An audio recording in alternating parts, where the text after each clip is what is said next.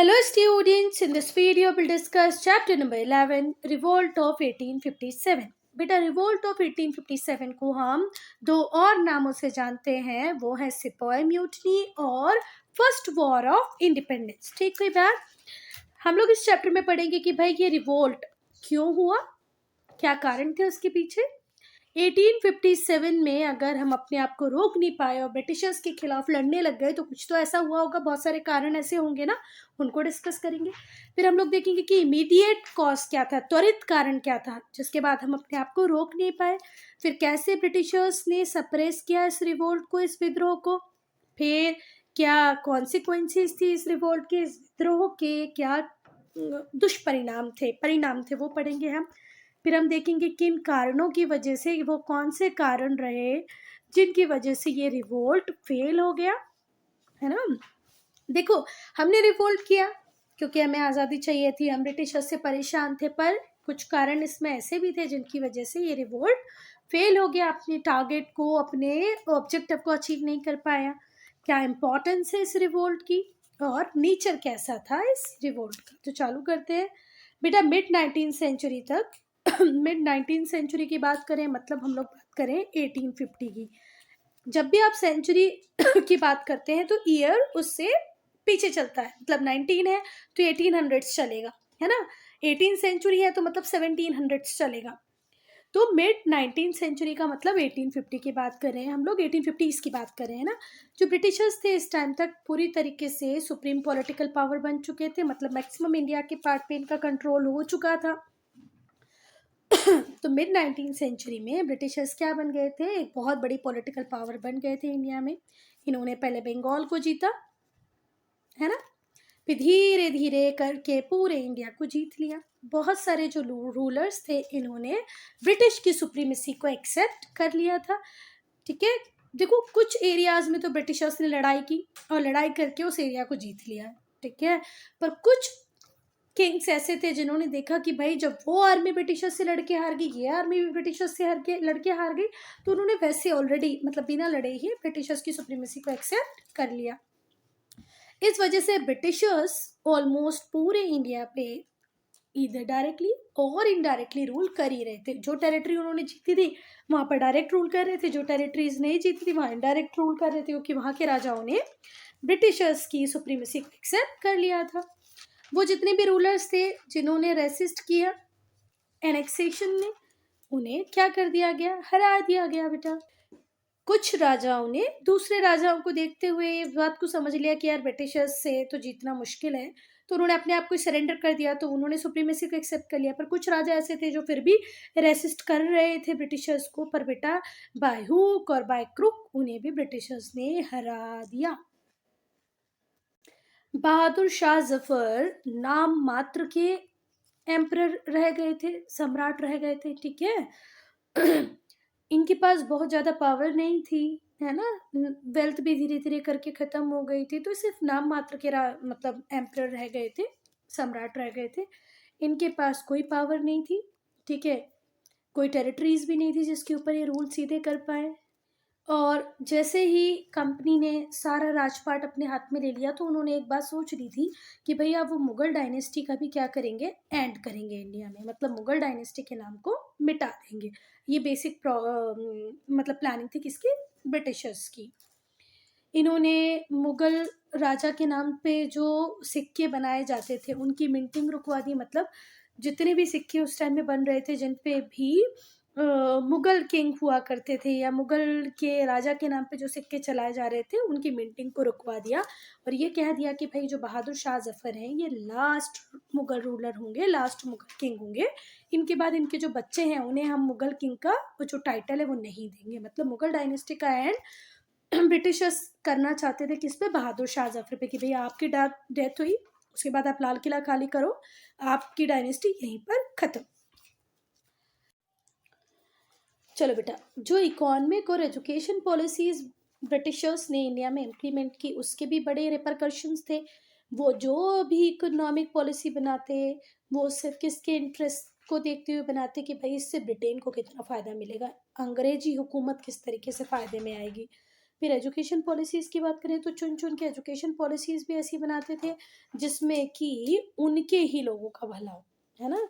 मतलब जैसे वो कंपनी चला रहे हैं तो उन्हें इंडिया में एजुकेटेड इंग्लिश एजुकेटेड लोग चाहिए, तो वो इंडियंस को उस तरीके से पढ़ाने लगे। ठीक है? वो कभी भी इंडियंस के वेलफेयर के रिगार्ड्स में तो सोचते ही नहीं थे।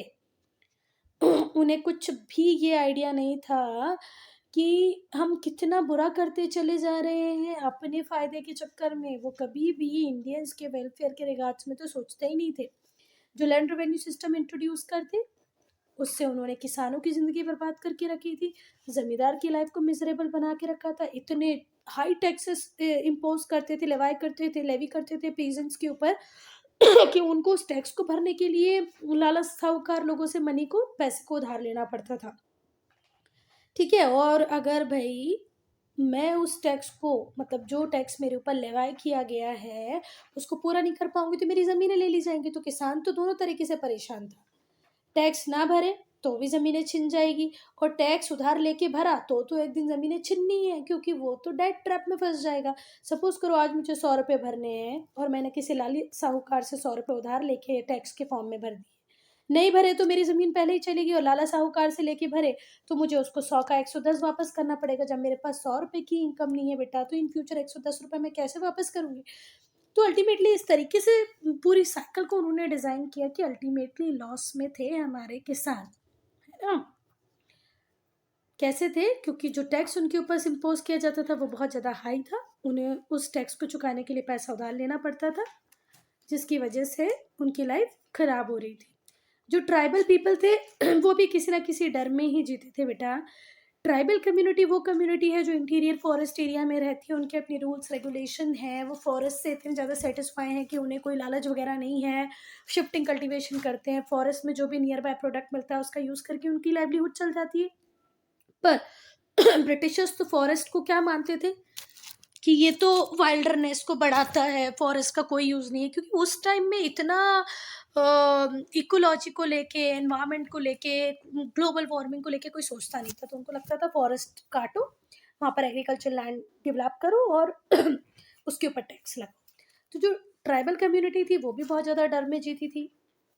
बेचारे ट्राइबल कम्युनिटी भी डरती रहती थी कि उसकी लाइवलीहुड कब छिन जाए। जो क्राफ्ट पर्सन थे, जो आर्टिशियंस थे, जो कलाकार थे, उनका जीवन भी पूरी तरीके से बर्बाद रियून कर चुके थे। कौन? ब्रिटिशर्स। क्योंकि उन्हें अब कंपटीशन को फेस करना पड़ता था, क्योंकि ब्रिटेन से जो गुड आता था वो मशीन मेड गुड था, बल्क में प्रोड्यूस हो रहा था, तो उसकी प्राइस होती थी कम, चीप प्राइस में वो आ जाता था इंडिया, है ना? क्योंकि वहाँ तो कैसे मशीन से प्रोडक्शन हो रहा था। तो बेचारे क्राफ्ट पर्सन, आर्टिशन, सारे ही लोग ब्रिटिशर से परेशान थे। राजा परेशान, किसान परेशान, आर्टिशन परेशान, क्राफ्ट पर्सन परेशान, सारे लोग परेशान थे। अब सिपाहियों की बारी। जो सिपाही थे, जो सोल्जर थे, वो भी बहुत ज़्यादा डिससेटिस्फाई थे कंपनी रूल से, बहुत ज़्यादा अनहैप्पी थे कि भैया उनकी जो कंडीशन है सर्विस की वो बहुत अच्छी नहीं है। उनको जो पे किया जाता है, मतलब उनका जो पेमेंट है सैलरी, वो अच्छी नहीं है। उन्हें अलाउंसेस प्रॉपर नहीं मिलते हैं। ठीक है? कुछ जो रूल्स थे कंपनी के वो ऐसे थे कि जो रिलीजियस सेंटिमेंट को हर्ट करते थे। तो मतलब सोल्जर भी परेशान कि भाई हम काम तो उतना ही करता जितना ब्रिटिश सोल्जर करता, पर हमें सैलरी कम दे रहे हो, हमारे अलाउंसेस कम है। इवन हमें ओशन क्रॉस करा देते जिससे हमारा धर्म भ्रष्ट हो जाता। पहले ऐसे सोचते थे कि अगर आपने एक बार ओशन को क्रॉस किया तो आपका धर्म परिवर्तन हो जाएगा। तो बेचारे वो इस डर में भी जीते थे, और ब्रिटिशर्स की आदत थी कि दुनिया भर में वो कहीं लड़े, हमारे सोल्जर्स को पहले भेज देते थे, है ना? तो रिलीजियस सेंटिमेंट भी हमारे हर्ट हो रहे थे। तो मतलब बेटा अब कोई सेक्शन बचा है जो परेशान नहीं है ब्रिटिशर से? डिफरेंट सेक्शन जो थे सोसाइटी के वो अनहैप्पी थे ब्रिटिश रूल से। किंग परेशान क्योंकि उसका राजपाट छिन रहा, उसकी पॉलिटिकल डोमिनेंस खत्म हो रही। फार्मर परेशान क्योंकि उनके ऊपर बहुत ज़्यादा ह्यूज रेवेन्यू इम्पोज किया जा रहा है। आर्टिशियन परेशान, क्राफ्ट पर्सन परेशान क्योंकि उन्हें कंपटीशन करना पड़ रहा है मार्केट में एग्जिस्ट करने के लिए उस चीप गुड से जितना चीप वो कभी बना ही नहीं सकते, जो कहाँ से आ रहा था? ब्रिटेन से आ रहा था। तो बेटा अब बारी थी गुस्से को एक्सप्रेस करने की, है ना? तो उन्होंने एक्सप्रेस किया अपने गुस्से को, अपनी रिसेंटमेंट को by protesting against the British. उन्होंने ब्रिटिशर्स के अगेंस्ट में प्रोटेस्ट करना चालू कर दिया। 1757 से 1856 तक ये चलता रहा। बहुत सारे रिवोल्ट हुए, बहुत सारे प्रोटेस्ट हुए इंडिया के डिफरेंट पार्ट में, पर ब्रिटिश उन्हें आसानी से सप्रेस कर देते। सप्रेस करने का मतलब होता दमन करना, उनको इजीली सप्रेस कर दिया जाता ब्रिटिश अथॉरिटीज द्वारा। ठीक है, क्यों? क्योंकि देवर लोकलाइज्ड पर्टिकुलर एरिया में हो रहे थे। 20, 25, 30 लोग, 100 लोग प्रोटेस्ट के लिए खड़े होते। ब्रिटिश अपनी आर्मी भेजती, अपनी सोल्जर्स को भेजती, सिपाही को भेजती और रिवोल्ट को सप्रेस करा देती। फाइनली रिवोल्ट हुआ 1857 का, जिसने ब्रिटिश अथॉरिटी को चैलेंज किया। जो रिवोल्ट था 1857 का, उसे इंडियन रिबेलियन ऑफ 1857 भी कहते हैं, द अपराइजिंग ऑफ 1857 भी कहते हैं, द ग्रेट रिबेलियन भी कहते हैं, इंडियन म्यूटनी, सिपाही mutiny, first war of independence. इतने सारे नाम हैं आपके इस चैप्टर के। Uprising of 1857, great rebellion, Indian mutiny, सिपाही म्यूटनी, एक्सेट्रा। ठीक है, अब हम कारणों पे आ जाते हैं। क्या कॉजेस थे, क्या कारण थे? 1857 में जो विद्रोह हुआ उसके कारण क्या थे? देखो, ये जो रिवोल्ट था ये मिलिट्री अपराइजिंग से स्टार्ट होता है, पर जैसे जैसे लोग इसमें जुड़ते जाते हैं तो वो सारे ही मिलिट्री से नहीं होते हैं बेटा। हमारे इंडिया का डिफरेंट सेक्शन ऑफ सोसाइटी, सारे लोग इसमें इन्वॉल्व होते हैं। ठीक है। It causes very deeply rooted in several element of discontent। अलग अलग लोगों के असंतोष, डिसकंटेंट का मतलब होता है असंतोष, अलग अलग लोगों के अलग अलग कारण थे। ठीक है, ब्रिटिश रूल के खिलाफ खड़े होने के बेटा। और इसको मजबूती कैसे मिली?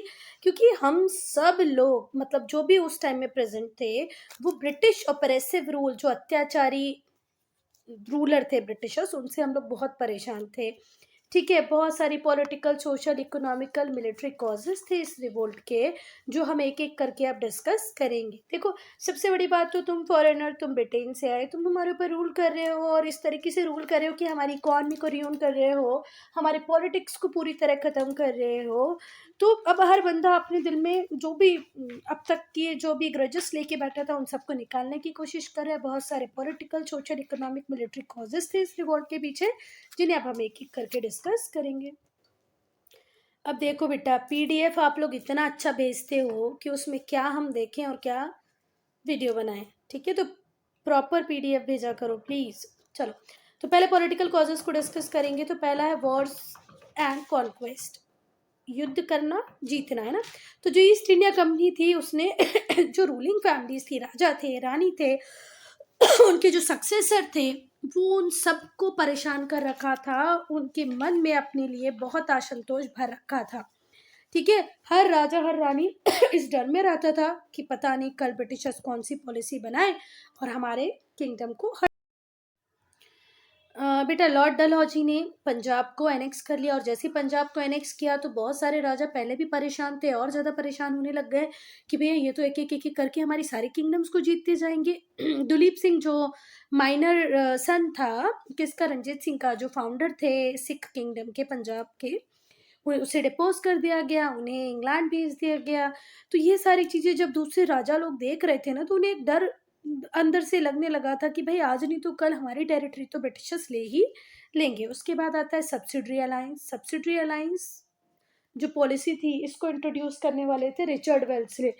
हुआ क्या कि जो भी गवर्नर जनरल आता उसका एक ही काम रहता, ब्रिटिश रूल को एक्सपांड करना और ज़्यादा टेरिटोरियल गेन करना। तो जो ब्रिटिशर्स की पॉलिसी थी टेरिटोरियल एनेक्सेशन की, उससे क्या हुआ, बहुत सारे जो राजा थे, जो रूलिंग चीफ थे, उन्हें डिस्प्लेस कर दिया गया। जो पॉलिसी थी सब्सिडरी अलायंस की और पैरामाउंटेंसी की, इससे बहुत बड़ी रूलिंग क्लास बहुत ज़्यादा गुस्से में थी। जो सब्सिडरी अलायंस लेके आए थे लॉर्ड वेल्सले, रिचर्ड वेल्सले नाम है इनका, उसका मेजर रोल था ब्रिटिश एक्सपांशन करने में। इंडिया में ब्रिटिश रूल को एक हद तक फैलाने में रिचर्ड वेल्सले की पॉलिसी, जिसका नाम था सब्सिडरी अलायंस, इसका मेन रोल था। इस अलायंस के थ्रू क्या होता था, जरा ध्यान से समझना। सपोज करो ब्रिटिशर्स आपके पास आए, आप राजा मान सिंह हो, या कोई किसी भी किंगडम के राजा के हो। तो आपको ब्रिटिशर्स ने क्या कहा, ये एक्स और ये वाई तुम्हारे ऊपर कंटिन्यूअसली हमला करते रहते हैं ना, हम एक्स और वाई से निपट लेंगे अगर तुम हमारे साथ सब्सिडरी अलायंस में आ जाओ। बस तुम्हें कुछ नहीं करना है, तुम अपनी सेना को मत रखो, तुम ब्रिटिश ट्रूप्स को अपने एम्पायर में मेंटेन रखो। जब भी एक्स या वाई इन दोनों में से कोई भी तुम्हारे ऊपर हमला करेगा ना, हम ब्रिटिश तुम्हें बचाएंगे। और तुम्हें तो पता ही है कि हमें तो कोई हरा ही नहीं पा रहा है। तो राजा के बड़े खुश हो जाते हैं, अरे वाह ये तो बहुत अच्छी बात है। पर राजा के को ये कभी नहीं पता होता है कि इस तरीके से ब्रिटिश के वो गुलाम बनने जा रहे हैं। चलो अब पढ़ लेते हैं एक बार। इस अलायंस के अकॉर्डिंग जितने भी इंडियन रूलर्स थे उन्हें कहा जाता था कि आप अपनी इंडिपेंडेंट आर्म फोर्स ना रखिए, उन्हें प्रोटेक्ट करेगी कंपनी, पर उन्हें सब्सिडरी फोर्सेस के लिए पे करना पड़ेगा या सब्सिडरी फोर्सेस को अपने एम्पायर में रखना पड़ेगा, ठीक है।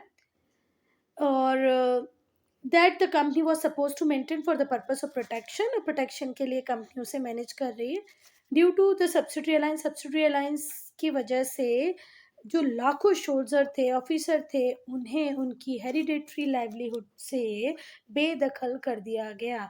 मैं ऐसे समझ रही थी मैं तो सोल्जर हूँ, मेरी नौकरी कोई नहीं छीन सकता, पर एटेंड क्या हुआ, जब सब्सिडरी अलायंस साइन हुआ तो सोल्जर्स को घर बैठा दिया गया और ब्रिटिश ट्रूप को मेंटेन करने लगे राजा लोग। तो यहाँ पे सोल्जर भी परेशान और धीरे धीरे राजा भी परेशान होगा। क्यों? क्योंकि थ्रू सब्सिडरी अलायंस आपके इंटरनल एक्सटर्नल सारे मैटर कौन कंट्रोल करने लगेंगे बेटा, ब्रिटिश। अब हम पढ़ेंगे एनेक्सेशन ऑफ अवध, ठीक है। जो डॉक्ट्राइन ऑफ लैब्स पॉलिसी थी, इसे इंट्रोड्यूस किया था लॉर्ड डलहौजी ने, और लॉर्ड डलहौजी ने इस पॉलिसी के थ्रू डिफरेंट एरिया को एनेक्स किया। किस किस को? सतारा, जयपुर, संबलपुर, उदयपुर, झांसी, नागपुर, इतने सारे एरिया को एक पॉलिसी से हड़प लिया। किसने? लॉर्ड डलहौजी ने। क्या कहा कि भाई अगर आपका खुद का कोई नेचुरल हायर नहीं है मतलब आपकी बायोलॉजिकल कोई संतान नहीं है, तो आपका किंगडम किसका हो जाएगा? ब्रिटिश का हो जाएगा। पहले ऐसा होता था बेटा कि अगर किसी राजा के बच्चे वगैरह नहीं होते थे तो वो गोद ले लेता था, अपनी फैमिली में से किसी को भी राजा बना देता था। पर ब्रिटिशर्स ने कहा कि नहीं, ऐसा एडॉप्शन जब तक हम परमिट नहीं करते राजा नहीं बनेगा। तो मतलब आप सन को अडॉप्ट नहीं करोगे, आप तो सीधे आपकी किंगडम को ब्रिटिश को सौंप दो। This is what the policy of doctrine of labs. 1856 में लॉर्ड डलहौजी ने एनेक्स कर लिया अवध को, सिर्फ ये बोल के कि भैया तुम तुम्हारी किंगडम को प्रॉपर्ली मैनेज नहीं कर पा रहे हो, मिसमैनेजमेंट हो रहा है, इसलिए तुम्हारा किंगडम हमारा। अब ये जो डिथ्रॉनमेंट हुआ ना बेटा, अवध के जो राजा थे उन्हें उनकी किंगडम के लोग बहुत ज़्यादा प्यार करते थे। एक तो अवध बड़ा भी बहुत था, पॉपुलेशन भी उसकी आज का करंट डे का जो मॉडर्न डे का जो यूपी है, यूपी के आसपास वाला जो एरिया है वो उस टाइम का अवध हुआ करता था। पॉपुलेशन बहुत ज़्यादा थी बहुत सारे लोग आर्मी में थे अवध से ही। तो ये जो डिथ्रॉनमेंट हुआ ना, राजा को उसकी पोजीशन से हटाया गया, तो लोगों को ये बात बिल्कुल पसंद नहीं आई।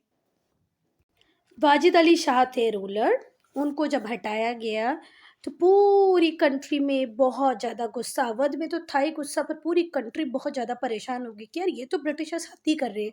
जो नवाब था, है ना, उसकी पोजीशन लाके सिंपल एक एडमिनिस्ट्रेटर की पोजीशन उसे दे दी गई, और बाद में फिर ये कहा लॉर्ड डलहौजी ने कि आपका तो आप जो एरिया है, जो स्टेट है, आप उसको प्रॉपर मैनेज नहीं कर पा रहे हो, यहाँ तो मिसमैनेजमेंट हो रहा है, इसलिए बेटर है कि इसको ब्रिटिशर्स के साथ क्या कर दो, मर्ज कर दो। उसके बाद humiliating policies towards successors of the Mughals. पहले ब्रिटिशर्स डिसाइड कर चुके थे कि भैया बहादुर शाह जफर के बाद तो कोई ब्रिटिश सॉरी मुगल रूलर बनेगा ही नहीं लास्ट मुगल डायनेस्टी का फाइनल बहादुर शाह जफर पे हो जाएगा, ऐसा ब्रिटिशर्स का सोचना था। तो ब्रिटिश ने कभी ऑनर नहीं किया, है ना ही तो अपने रिटर्न ऑर्डर्स का, ना ही तो अपने वर्बल प्रोमिसेस का। वो बोलते कुछ थे और करते कुछ थे। मतलब ब्रिटिशर्स अगर किसी बात के लिए बोल देना कि कल मैं ऐसा करूँगा, तो बिल्कुल उनके ऊपर विश्वास नहीं करना चाहिए था। ऐसे पगले ही लोग थे वो तो। 1803 तक जो मुगल एम्परर थे उन्हें कहा गया कि आप तो ब्रिटिश प्रोटेक्शन में, आपको बिल्कुल चिंता करने की ज़रूरत नहीं है, आप बिल्कुल आराम से रखो। और धीरे धीरे करके रिलेशनशिप मुगल एम्परर और गवर्नर जनरल के बीच में खराब खराब और ख़राब होते गए। ग्रेजुअल चेंज आते गए बेटा मुगल एम्परर और गवर्नर जनरल के रिलेशंस में। लॉर्ड एमस ने तो ये बात क्लियर कर दी कि भैया ये जो किनशिप है, जो हमारे बीच की दोस्ती है ना, बिल्कुल नॉमिनल रही है। हम तो कर्टसी के नाते तुम्हें राजा एड्रेस करते हैं, अदरवाइज तुम राजा वाजा कोई हो नहीं। तो बहादुर शाह जफर को इस बात से एक झटका लगा कि भाई पहले तुम ही बोल रहे थे कि हम आपको प्रोटेक्शन दे रहे हैं, आप तो राजा हो फलाना ढिमका, और अब आप बदल जा रहे हो। सस्पेंशन ऑफ पेंशन, जो कंपनी थी है ना, उसने अपने रेवेन्यूज को बढ़ाने की कोशिश की और हर तरीके से बढ़ाने की संभव कोशिश की। इससे उन्होंने क्या किया, जो पेंशन्स दे रहे थे ये इंडियन रूलर्स को, उसको सस्पेंड कर दिया गया, उसमें कमी कर दी गई। पहले जैसे प्रॉमिस किया गया तुम्हें हम 5,000 रुपये महीना देंगे, बाद में 3,000 रुपये कर दिया उसको, है ना। तो जो इन एनुअल पेंशन थी रानी जिंदन कौर की, जो महाराजा रंजीत सिंह की वाइफ थी, उन्हें 15,000 पाउंड से 1,200 पाउंड, मतलब अब सोचो 15,000 से 1,200 पाउंड पे लिया है, मतलब कितनी मूर्खता भरी है। पहले कहा गया कि नहीं नहीं नहीं, आपका राज्य हम संभाल जरूर रहे हैं पर आपको एनुअल पेंशन मिलेगी, और वो पेंशन होगी 15,000 पाउंड। पर बाद में जिंदन कौर को बहुत गुस्सा आया जब उसे 15,000 की जगह सब कितने मिले, 1,200 रुपये मिले। जो पेंशन थी नाना साहेब की, लक्ष्मीबाई की, उससे तो बिल्कुल सस्पेंड कर दिया गया कि अब आपको तो कुछ मिलेगा ही नहीं। जो टिट्यूलर सोवरेनिटी थी नवाब ऑफ कार्नेटिक की, तंजौर की, उसे भी खत्म कर दिया गया। इससे तो लोग ओपनली ब्रिटिशर्स को अपोज करने लग गए। अब हम लोग डिस्कस करेंगे बेटा इकोनॉमिक पॉलिसी। इकोनॉमिक का मतलब होता है आर्थिक, आर्थिक कारण क्या थे, अब हम वो डिस्कस करेंगे। तो इकोनॉमिक एक्सप्लॉयटेशन ऑफ पीजेंट, जो किसान थे ना बेटा, उनके ऊपर रेवेन्यू मतलब टैक्स का इतना बर्डन डाल दिया जाता था, इतना बर्डन डाल दिया जाता था कि वो बहुत परेशान थे, बहुत ज़्यादा ही परेशान थे। तो भाई जो लैंड रेवेन्यू पॉलिसी थी ब्रिटिशर्स की, उसने बर्डन कर रखा था हमारे किसानों को बहुत बढ़िया तरीके से। बहुत बुरी स्थिति उनकी कर रखी थी। ब्रिटिश डिमांड करते थे कैश पेमेंट, और वो भी फिक्स टाइम पे कि भैया इस दिन तक आपको इतना पैसा तो हमको in the form of revenue देना ही पड़ेगा। नॉर्मल टाइम में जो लार्ज प्रोड्यूस होती वो तो ब्रिटिश के पास चली जाती है एज लैंड रेवेन्यू। हमने 100 क्विंटल गेहूं उगाया, उसमें से 60 क्विंटल या 50 क्विंटल तो ब्रिटिशर्स रख ही रहते थे। पर बेटा जब हमारा 100 बोरा हुआ तो हमने 60 या 50 बोरे आपको दे दिए, उसमें हमें कोई प्रॉब्लम नहीं थी। पर कई बार ऐसा होता है बेटा, जब भी आप बीइंग अ फार्मर अपने आप को कहीं पर रख के देखोगे, सोचोगे आपका कोई रिलेटिव होगा, तो ये बात जरा पूछना उनसे कि फार्मिंग बहुत ज़्यादा अनसर्टेन होती है। किसी साल हुई तो हुई, नहीं हुई तो नहीं हुई। कई बार एक्सपेक्टेशन से ज़्यादा हुई, कई बार एक्सपेक्टेशन से कम हुई। तो ज़्यादा हुई तो हम आपको ज़्यादा दे देंगे, नो प्रॉब्लम नो इश्यूज़। पर कई बार जब क्रॉप फेल हो जाती तो भी पीजन को कहा जाता है आपको लैंड रेवेन्यू तो टाइम से देना है। अब वो व्यक्ति 100 क्विंटल की जगह 0 क्विंटल प्रोड्यूस कर पाया, तो क्या उसकी स्थिति है कि वो 60 क्विंटल क्या इक्वल अमाउंट ब्रिटिशर्स को दे पाए? बिल्कुल नहीं। पर उसको देना तो पड़ेगा, नहीं तो उसकी ज़मीनें छिन जाएगी। इसके लिए वो लोन ले लेता बेटा, मनी लेंडर से, लाला से, साहूकार से। बाद में उस लोन को चुका नहीं पाता तो उसकी ज़मीन उसके हाथों से छिन जाती। ठीक है। Without land peasants were unable to survive. वो किसान जिसको सिर्फ ज़मीन पे खेती करना आता था, अब उससे ज़मीन छीन लोगे तो बेटा उसका सर्वाइव तो बहुत मुश्किल हो ही जाना है। Next, ruin of mercantile class. बेटा ब्रिटिशर्स ने डेलिबरेटली का मतलब होता है जानबूझकर, हमारे इंडियन ट्रेड को, कॉमर्स को पूरी तरह रियून किया। हमारे गुड्स के ऊपर हाई टैरिफ ड्यूटीज लगाई। ठीक है, high tariff duties against Indian goods. On the other hand इन्होंने ब्रिटिश से फिनिश गुड को इंपोर्ट कराना चालू कर दिया। इस वजह से जो मिडिल 19th सेंचुरी थी उसमें इंडियन एक्सपोर्ट जो था कॉटन का, सिल्क का, वो प्रैक्टिकली बिल्कुल ख़त्म होने जैसा रह गया। मतलब पहले हम लोग हमारे सिल्क को, कॉटन को ब्रिटेन में, दूसरे यूरोपियन मार्केट्स में सेल आउट करते थे, पर ब्रिटेन ने हमारी कंट्री में भी अपना गुड ले आए, फॉरेन कंट्रीज़ में भी हमारे गुड को बिकने नहीं दिया। तो इस तरीके से हमारे जो ट्रेडिंग क्लास थी उसको पूरी तरह ख़त्म कर दिया बेटा। जब तक ब्रिटिशर्स इंडिया में पूरी तरह पॉलिटिकल कंट्रोल नहीं ले पाए थे, तब तक हमारे कॉटन एक्सपोर्ट बहुत ज़्यादा फेमस थे, हमारा सिल्क एक्सपोर्ट बहुत ज़्यादा हुआ करता था, हम सेल्फ सफिशिएंट इकॉनमी थे। हम मतलब फॉरेन के बने कपड़े को नहीं पहनते थे। पर एक टाइम ऐसा आया कि नहीं तो हम यूरोपियन मार्केट को सप्लाई कर पा रहे हैं प्रोडक्ट, हमारे खुद के मार्केट में हम नहीं सप्लाई कर पा रहे हैं। क्यों? क्योंकि वो तो फ्लडेड है विथ ब्रिटिश गुड्स। ये प्रॉब्लम थी जिसके कारण हमारी मार्केंटाइल क्लास खत्म हो गई। न्यू लैंड रेवेन्यू सिस्टम, नए नए रेवेन्यू सिस्टम आ गया, जिससे ज़मींदार के बीच में भी बहुत असंतोष आया। जो न्यू लैंड रेवेन्यू सिस्टम था उसने पीजेंट्स को और ब्रिटिश गवर्नमेंट को डायरेक्ट कांटेक्ट में ले आया एक दूसरे के। इस तरीके से जो ज़मींदार थे, है ना, जो लैंड रेवेन्यू कलेक्ट करते थे, अब उनकी इनकम भी ख़त्म हो गई, उनकी पोजीशन भी ख़त्म हो गई। इससे ज़मींदार भी बहुत ज़्यादा गुस्सा थे कि भाई ये ब्रिटिशर्स ने तो हमें ही एलिमिनेट कर दिया। Then destruction of Indian manufacturers, बेटा इंडियन मैन्युफैक्चरर्स को भी पूरी तरह डिस्ट्रॉय कर दिया ब्रिटिशर्स ने। ब्रिटिश की जो पॉलिसी थी वो थी कि इंपोर्ट को प्रमोट किया जाए, इंग्लैंड से फिनिश गुड बन बन के इंडिया में आए और इंडिया मियर रॉ मटेरियल का सप्लायर बन के रह जाए। ठीक है। जो ब्रिटिश पॉलिसी थी वो ये थी कि कॉटन गुड्स का जो पहले हम लोग इंडियंस इंपोर्ट करते थे, अब वो ना हो, हम उल्टा इंपोर्ट करें। कहाँ से? इंग्लैंड से। इस तरीके से इंडियन मैन्युफैक्चरर का जीवन तो पूरी तरह बर्बाद हो गया। कॉटन टेक्सटाइल इंडस्ट्री हमारे इंडिया में ख़त्म होने लग गई। ब्रिटेन से मशीन से बना हुआ जो मैन्युफैक्चर्ड गुड्स आता वो थोड़ा सस्ता होता। दूसरी तरफ इंडियन क्राफ्ट पर्सन जो हैंडमेड गुड्स बनाते वो तो उसकी कॉस्ट थोड़ी ज़्यादा होती। तो ब्रिटिशर्स ने मशीन मेड गुड के ऊपर कोई ड्यूटी नहीं लगाई। ठीक है। जो इंडिया में आया तो जो मशीन मेड गुड था वो सस्ता रहा बेटा, और हम जो गुड बना रहे थे वो महंगा हुआ, तो लोगों ने किसको खरीदा? मशीन मेड गुड को खरीदा। इस तरीके से हमारी हैंडीक्राफ्ट इंडस्ट्री पूरी तरह खत्म हो गई। अब हम देखेंगे exploitation of European plantations. Industrial revolution England में आया तो जो ब्रिटिशर्स थे उन्हें रॉ मटेरियल की रिक्वायरमेंट आई, क्योंकि इंडस्ट्री को फीड कराने के लिए रॉ मटेरियल चाहिए ना। जब तक कॉटन नहीं होगा कॉटन क्लॉथ नहीं बनेगा, शुगर कैन नहीं होगा तो शुगर नहीं बनेगी। तो ब्रिटिश जो थे उन्होंने प्लांटेशन इंडस्ट्री को मोनोपलाइज करना चालू कर दिया। जैसे इंडिगो, जूट, टी, कॉफ़ी, ये इन सब के जितने भी बड़े बड़े प्लांटेशंस होंगे उस पर ऑनरशिप किसकी रहेगी? ब्रिटिश की रहेगी। इन्होंने different land revenue policies India में इंट्रोड्यूस की ज़्यादा से ज़्यादा प्रॉफिट जनरेट करने के लिए। जो ब्रिटिश गवर्नमेंट थी उन्होंने प्लांटर्स की लाइफ को इतना डिफ़िकल्ट बना दिया कि वो बेचारे सर्वाइव भी नहीं कर पा रहे थे। ठीक है।